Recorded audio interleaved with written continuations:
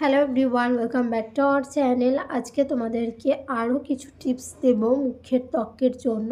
মুখের ত্বক সুন্দর ও গ্লোয়িং করতে আরও কিন্তু 4টে ফেস প্যাক বলে দেব ঘরোয়া উপায়ে। তো প্রথমে হচ্ছে মসুর ডাল দুধ।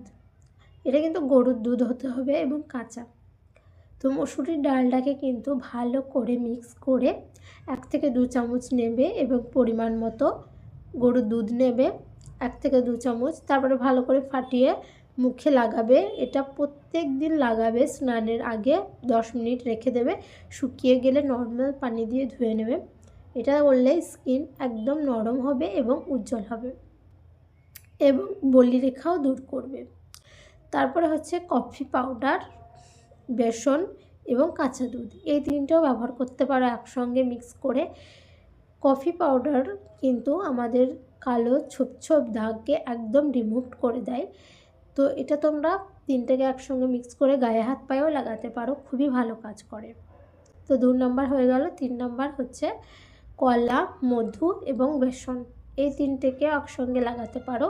এটাও কিন্তু তোমাদের স্কিনকে উজ্জ্বল করতে সাহায্য করবে। সব শেষে হচ্ছে ভিটামিন ই ক্যাপসুল, যেগুলো বাজার থেকে পাওয়া যায় সেইটা, এবং একটু অ্যালোভেরা জেল এবং গোলাপ জল, এই তিনটাকেও মিক্স করে একটা কন্টেনারে ভরে তোমরা প্যাক বানাতে পারো। এটা কিন্তু খুবই কাজ দেয়।